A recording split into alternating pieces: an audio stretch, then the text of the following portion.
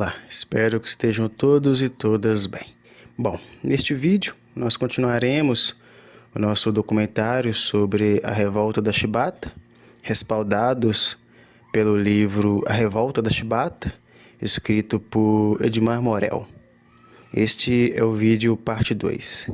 E para se depreender e apreender da melhor forma possível, os conhecimentos que serão aqui compartilhados, é sine qua non que também se assista a parte 1 deste documentário. Tudo bem? Bom, neste vídeo iremos refletir, estudar e aprofundar nossas pesquisas sobre um dos mais importantes movimentos revolucionários que aconteceu nesse país.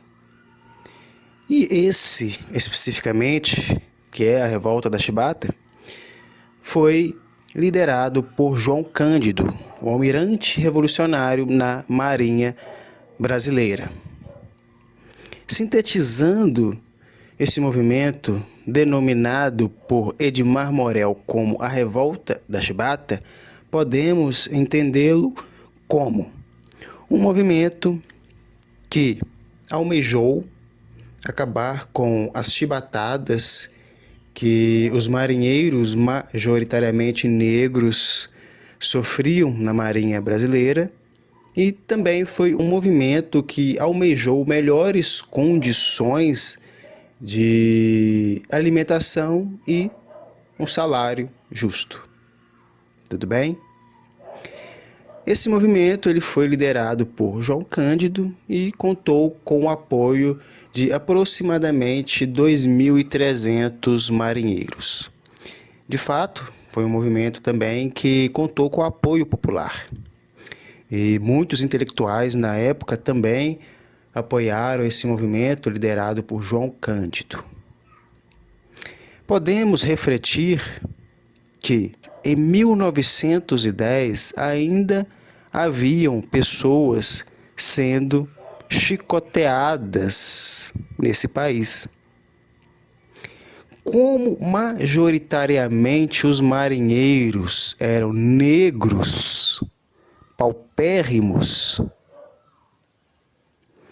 esses mesmos, eles eram chicoteados como os escravizados de antes de 13 de maio de 1888. Então podemos concatenar este fato dos castigos corporais na Marinha Brasileira serem baseados em chibatadas com a escravidão, porque isso mostra que ainda haviam resquícios da escravidão na sociedade brasileira. E no que tange a Marinha Brasileira, referente aos castigos corporais, que eram submetidos majoritariamente aos marinheiros negros. Desse modo, quando João Cândido ele fomenta esse movimento revolucionário, ele está reivindicando direitos humanos, direitos básicos que eram negados a esses marinheiros majoritariamente negros, que era um direito à dignidade, um direito de serem tratados como pessoas, como gente, como seres humanos. Desse modo, João Cândido ele fomenta um dos movimentos revolucionários em prol dos direitos humanos, e a partir desse movimento de João Cândido, a sociedade brasileira ela vai passar a olhar com outros olhos certas circunstâncias e situações que eram obviamente resquícios da escravidão, e mormente e de fato no que tange a cor da pele. Tudo bem? Bom, aqui nós vamos analisar algumas citações que estão no livro A Revolta da Chibata, escrito por Edmar Morel, E nesse livro há depoimentos do revolucionário João Cândido. Tudo bem? Bom, aqui nós temos uma citação que ela está grifada, tudo bem? E vamos analisá-la. A figura de João Cândido tornara-se lendária já no período da revolta, quando era tratado como herói, e surgiu seu apelido de Almirante Negro. Mas com o passar das décadas foi sendo coberta com um manto de esquecimento. Bom, João Cândido, ele foi um importante líder, um importante revolucionário na revolta da Chibata, foi sendo esquecido, foi sendo desvalorizado pela sua luta pelos direitos humanos, pela sua luta por uma sociedade melhor, e mormente quando suscitou no país a ditadura militar, com o golpe de 1964. Aí o nome de João Cândido, de fato, ele foi esquecido e houve até perseguições em quem falava em João Cândido. E desse modo mostra-se que em um país desigual, injusto, pessoas que buscam uma sociedade melhor, geralmente elas são perseguidas, e foi o que aconteceu com João Cândido. Foi preso, foi torturado, foi perseguido, foi humilhado e foi esquecido. Embaixo dessa citação nós temos a foto com os revolucionários da revolta da Chibata, e como legenda podemos ler: marujos se tornaram comandantes dos navios. Entre a oficialidade rebelde do encouraçado São Paulo estavam André Avelino e Manuel Gregório Nascimento. Terceiro e quarto da esquerda para a direita. Acervo da Fundação Biblioteca Nacional. Brasil. Aqui, esta citação, esta foto com a legenda está na página 14 do livro A Revolta da Chibata, escrito por Edmar Morel. Tudo bem? Nesta próxima foto, nós temos a legenda: marinheiros posam durante a rebelião, a bordo do encouraçado Bahia, para as lentes do fotógrafo Augusto Malta. Acervo da Fundação Biblioteca Nacional, Brasil. Podemos ler a citação que está embaixo, e ela diz que relembrar hoje João Cândido e a rebelião de cerca de 2.300 marinheiros, da qual ele se tornou símbolo, significa compreender que seus gestos e palavras trazem à tona problemas ainda inquietantes para a sociedade brasileira, como o racismo, a desigualdade social, a violência cotidiana do Estado sobre as camadas pobres da população e a democratização das Forças Armadas, sem esquecer do mito de que existe uma tradição ordeira, pacífica e conciliadora na história do Brasil. Como havíamos refletido no início deste vídeo, a revolta da Chibata ela aconteceu liderada por João Cândido, com apoio de 2.300 marinheiros, e que eram majoritariamente negros. E eles se sublevaram contra castigos corporais como chibatadas. Coincidentemente ou não, os marinheiros que eram chicoteados, que eram chibatados, eram majoritariamente negros. Então, como diz aqui o Edmar Morel, que esse movimento ele foi um movimento contra o racismo, contra a desigualdade social, contra a violência cotidiana do Estado sobre as camadas mais pobres da população. Desse modo, a revolta da Chibata foi um ato revolucionário em prol dos direitos humanos, em prol de uma sociedade que valorize e que olhe de forma mais honesta, justa, para as camadas mais paupérrimas, mais excluídas e mais exploradas da sociedade. Bom, nesta página nós temos esta foto. Como legenda, nós temos: os 2.300 marujos souberam conduzir as embarcações de guerra durante a revolta. Tripulantes do encouraçado São Paulo mantiveram a rotina sem a presença dos oficiais. Essa foto se encontra no acervo da Fundação Biblioteca Nacional, Brasil. Bom, essa legenda ela mostra que o governo brasileiro e os oficiais da Marinha não acreditavam que os marinheiros, que eram majoritariamente negros, conseguiriam conduzir as embarcações de guerra, conduzir os grandes navios de guerra, os encouraçados. E eles conseguiram. Os marinheiros, liderados por João Cândido, conseguiram conduzir as gigantescas embarcações de guerra e mostraram êxito nessa condução e esmero também, acabando com o mito de que os marinheiros eram ignorantes e eram alienados sobre as suas funções e as suas incumbências dentro da Marinha brasileira. Tudo bem? Então este fato muito surpreendeu o governo brasileiro, surpreendeu a Marinha brasileira.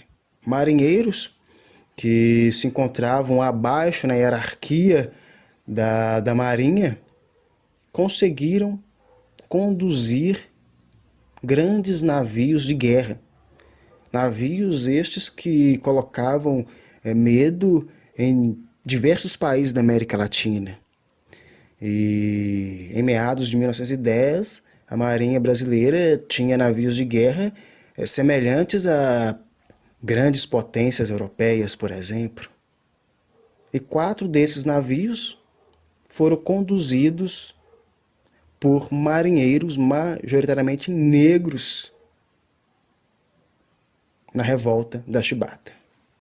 Nesta foto podemos observar João Cândido e ao lado dele tem um soldado. Como legenda na foto, podemos ler que, após ser punido com 2 anos de prisão, quando passou por tortura e isolamento, João Cândido ainda era vigiado até o dia de sua absolvição em 1912, quando foi tirada esta foto. Acervo da Fundação Biblioteca Nacional, Brasil. Aqui nesta citação, na página 68 do livro A Revolta da Chibata, escrito por Edmar Morel, podemos ler que, em 1910, o Brasil era a 3ª potência naval do mundo, com a sua famosa Esquadra Branca, constituída pelos encouraçados Minas Gerais e São Paulo, cruzadores Rio Grande do Sul, Bahia, couraçado Deodoro, destroyers Amazonas, Pará, Piauí, Rio Grande do Norte, Pernambuco, Alagoas, Sergipe, Santa Catarina, Mato Grosso e outras belonaves, num total de 24, inclusive o Tamandaré, Benjamin Constante, Floriano, Tiradentes, República, Barroso, 1º de março. Então, em meados de 1910, a potência naval do Brasil era gigantesca. Era a 3ª maior potência naval do mundo. Então, estamos falando de uma marinha poderosa, que era a Marinha Brasileira em meados de 1910. Entre esses navios gigantescos de guerra, 4 deles foram conduzidos pelos revolucionários da Revolta da Chibata, liderados por João Cândido. Esses navios conduzidos por esses revolucionários eram o Minas Gerais, o São Paulo, o couraçado Deodoro e o Bahia. Tudo bem? Bom, na próxima citação podemos ler que O senador Pinheiro Machado, que tentava transformar o Brasil numa fazenda de sua propriedade, quando compreendeu que a Marinha e o Exército estavam imobilizados diante da capacidade de fogo da esquadra em poder de João Cândido, que só quis 4 belonaves, Minas Gerais, São Paulo, Bahia e Deodoro, começou a agir às claras. Dos outros vasos de guerra que aderiram ao levante, João Cândido retirou as tripulações, espalhando-as pelos 4 navios, cujas corporações estavam reduzidas à metade.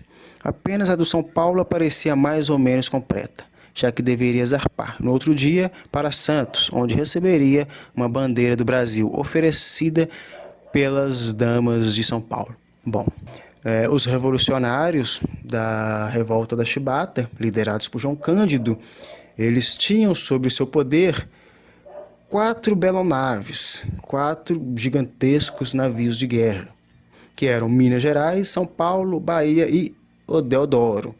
E essas 4 belonaves, elas colocaram terror na Marinha Brasileira e no governo brasileiro também, porque elas eram poderosíssimas, uma das mais avançadas em seu tempo, uma das mais tecnológicas na sua época. Esses revolucionários, eles conduziram com todo esmero essas belonaves e quebraram muitos mitos e tabus que os marinheiros, que na época eram majoritariamente negros, eram ignorantes, eram alienados e não tinham conhecimentos para poderem conduzir um grande navio de guerra. Tudo bem? Na próxima página, nós podemos ler a seguinte citação. João Cândido, o chefe supremo da insurreição, foi o primeiro marinheiro no mundo a comandar uma esquadra. Foi um comandante diferente, não usou a farda de almirante, preferindo o seu uniforme branco de praça de pré, meio rasgado pelo tempo, apenas como distintivo um lenço de seda vermelha ao pescoço, um apito e uma velha espada de abordagem. Então, podemos analisar que os objetivos de João Cândido eram os mais nobres possível. Ele não estava agindo por ego, por poder. Ele apenas queria, de fato, acabar com as chibatadas na Marinha Brasileira, melhores condições de alimentação e de salário para os marinheiros. E almejava, de fato, um movimento em prol de direitos humanos na Marinha Brasileira e, de fato, também na sociedade brasileira no todo.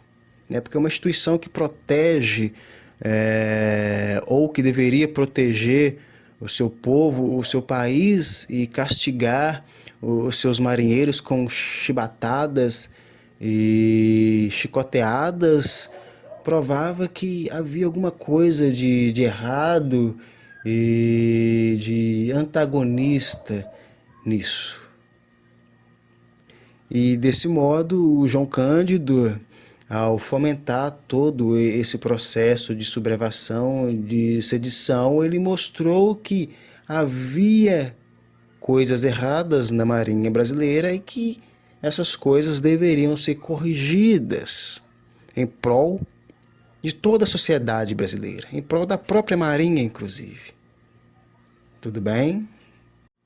Na próxima citação podemos ler que, com João Cândido, almirante por 5 dias, negro, gente do povo, a história era outra. Não havia política na sua insurreição. Não existia nenhum interesse em busca de uma boa posição na vida. Reclamava apenas o direito de viver com dignidade, sem relho, comida farta e sadia, enfim, vida de gente. Não bombardeou uma só vez a cidade, reiterando que quando os revolucionários tomaram os 4 navios de guerra mais tecnológicos e avançados da Marinha Brasileira, o governo temeu que esses revolucionários bombardeassem a cidade do Rio de Janeiro. Mas eles não fizeram isso. Eles apenas reivindicaram direitos básicos e fomentaram um movimento de mudança social no país. Eles não agiram em nenhum momento contra a dignidade da sociedade do Rio de Janeiro na época, mostrando que os seus princípios eram princípios baseados no bem comum. Eles apenas almejavam uma sociedade melhor. Eles apenas almejavam uma instituição como a Marinha brasileira sem castigos corporais, com mais dignidade na alimentação, nos salários, para poderem cuidar de si mesmos e de suas famílias também, né? Então, esse movimento revolucionário foi um movimento que aconteceu na Marinha Brasileira, reivindicava direitos básicos, direitos humanos, e que de fato também se estendeu por toda a sociedade brasileira e fomentou diversos outros processos revolucionários, diversos outros movimentos sociais. Tudo bem? Bom, na próxima citação podemos ler que, com grande destaque, noticiava o Globo, de 8 de dezembro de 1969. João Cândido, o marinheiro que em 1910 conseguiu pôr em revolta a esquadra brasileira e abolir a chamada Lei da Chibata. Foi sepultado ontem à tarde no cemitério de São Francisco Xavier. Morreu às 17 horas de sábado, no Hospital Getúlio Vargas, vítima de mal súbito, aos 89 anos de idade. Exatamente no dia em que transcorria o 9º aniversário de seu casamento com Dona Ana do Nascimento Cândido, sua terceira esposa. E como legenda embaixo do seu retrato, João Cândido, exemplo para os jovens. O jornal o Globo noticiou em 8 de dezembro de 1969 a morte de João Cândido e, desse modo, também colocou na legenda de sua foto João Cândido, exemplo para os jovens. Então, João Cândido mostra que o seu movimento revolucionário valeu a pena, porque na Marinha Brasileira hoje não há mais castigos corporais e, desse modo, o seu movimento revolucionário também é estudado, é pesquisado, é refletido e também é estendido para outros espaços sociais, pela busca de direitos humanos, pela busca da dignidade humana, pela busca da emancipação popular, pela busca de mobilizações contra injustiças sociais, injustiças raciais, injustiças de gênero e tantas outras formas de injustiças. Tudo bem? Bom, aqui terminamos a segunda parte desse documentário, a Revolta da Chibata, e fomos respaldados pelo livro A Revolta da Chibata, escrito por Edmar Morel, que possui os depoimentos de João Cândido, o líder, o revolucionário da Revolta da Chibata. E em próximos ensejos iremos continuar esse documentário a partir da parte 3. Tudo bem? Bom, agradeço a atenção, espero que fiquem todos e todas bem.